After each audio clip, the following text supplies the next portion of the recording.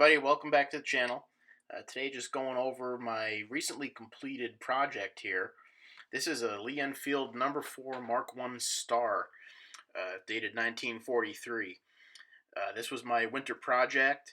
Spent a lot of time on it. I bought it on Gunbroker for $125 and ended up fixing it up. It was totally sporterized, total mess of a gun. The action had been messed with. The trigger was terrible. Someone had ground it down. It was the heaviest single stage ever. So I went out and I said, okay, this is going to be my project. So I bought a whole bunch of stuff.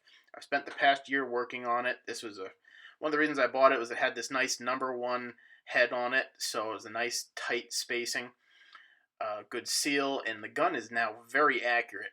So what I did here that you can see is I did a pin dovetail joint with a wedge so that I could tighten everything up.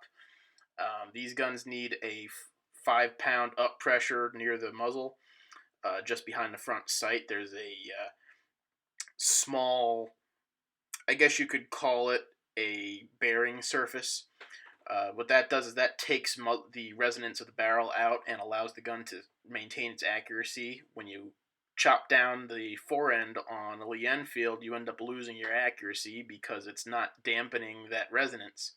So you end up with even though people think it's good because it's free-floated, it's actually a less accurate gun that way. So I went and I did my research, whole ton of work into this. It had a Monte Carlo buttstock on it, which was absolutely atrocious. So I went out and I bought some parts. I bought someone else had cut off a forend off of one of these. It was cut right at the barrel band, so I bought one from a number 4 Mark II and grafted it onto the original walnut stock that was on here, along with the upper hand guards, which I also got off a number 4 Mark II that had been beyond repair. So I bought those, barrel bands, the works, all the furniture hardware that had been taken away.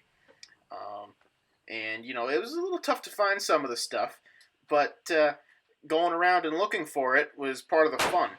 Of course, I ended up having to get a new credit card because of the fact that the place I bought some of this stuff from, I don't remember the name of it, and I will keep their names out of it anyway, just because of the fact that they ended up being fraudulent. I did get the materials and everything, but they used my credit card information and started trying to do stuff with a bank in the Cayman Islands. Luckily, my bank caught on to that before anything happened. So you do have to be careful out there when you're looking for parts. Not everyone out there is really an enthusiast into this stuff, but I got my parts either way, and it was a good price. So one new credit card later and no missing money, everything was all set.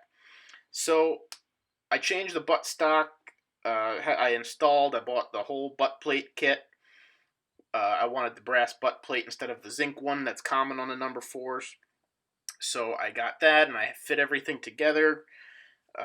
And I made sure that the stock had the 5-pound up pressure. So I started there and I got the gun back to stock. My inspiration for doing this is I have another number 4 Mark I that is basically unissued condition, absolutely beautiful rifle, and I want to go hunting. And I don't want to take that out into the woods. It's just too nice of a gun. So I bought this instead. Like I said, $125 on Gunbroker. Couple weeks it was there. Picked it up at my local guy that I go to for an FFL, and the work started from there.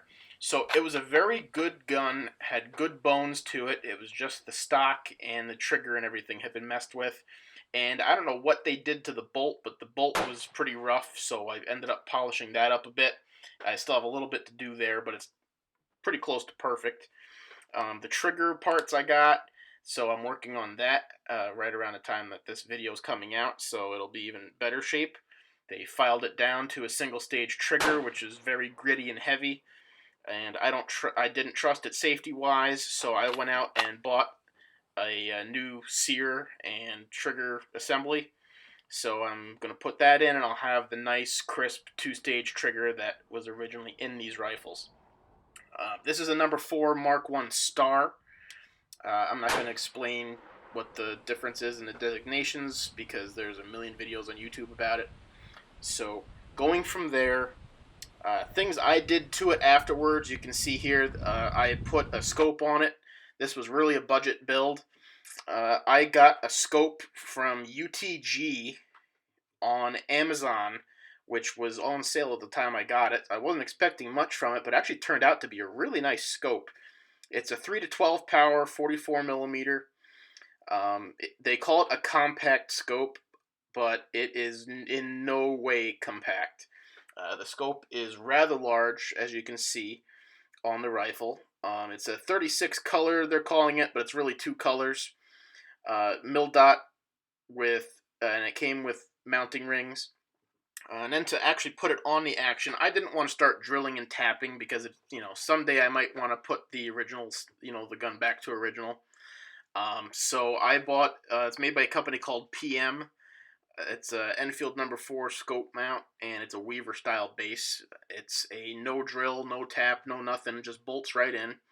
And I read the forums and saw that these, a lot of people say they have trouble with these holding zero and losing zero. I've put probably a good 300 rounds through this since I've put the scope on and zeroed it. It's been in the back of my truck banging around. It's not losing zero. It's doing really well. I use the non-permanent Loctite to keep the screws from loosening up, so that's there like that. I installed Uncle Mike's quick detach sling swivels. They're pretty cheap. I got them on Amazon, and I'm pretty impressed with them so far. Had no issues with them. And then I also got the sling is made by a company called Original Power. They claim that it's handmade Amish sling. I don't know how true that is or not, but it is, without a doubt, a good sling. So this has been the project. I've put a fair amount of rounds through it, and we'll move on from here. I'm hoping to do a little bit more firearm content in the future. It's a great hobby to have. There's a lot of technology involved in forces. As you all know, I'm a real geek when it comes to forces. And I love all mechanical systems. So it's a great little rifle. It shoots fantastic. And since I did all this work on it, I'm actually kind of amazed. I must have been one of the lucky ones. This rifle, my grouping was 1.8 MOA. So that's just on shy of 2 inches at 100 yards, which is really great for a rifle of this age. So despite everything that was done to it, it must have been pretty well taken care of, and luckily it has it's not the 2 groove rifling. It's either, I think it's 4 or 5 groove. So it's got a little bit of extra oomph, and it really just is a wonderful rifle. The ergonomics are fantastic. The scope I'm really enjoying. And that's pretty much it for this. Here's some footage of me zeroing in the rifle. I had 9 rounds left. It's a very, very sticky PPU brass. That's why you'll see me struggling a little bit with it there. But overall, it's a great shooter, and I'll be happy to take this into the woods. And honestly, it's kind of interesting because it's almost, now I've put so much work and effort into it, and there's so many, there's a lot of memory involved. I almost don't even want to take this into the woods now. It's too nice. So, back to square one. Thanks for tuning in. We'll see you next time.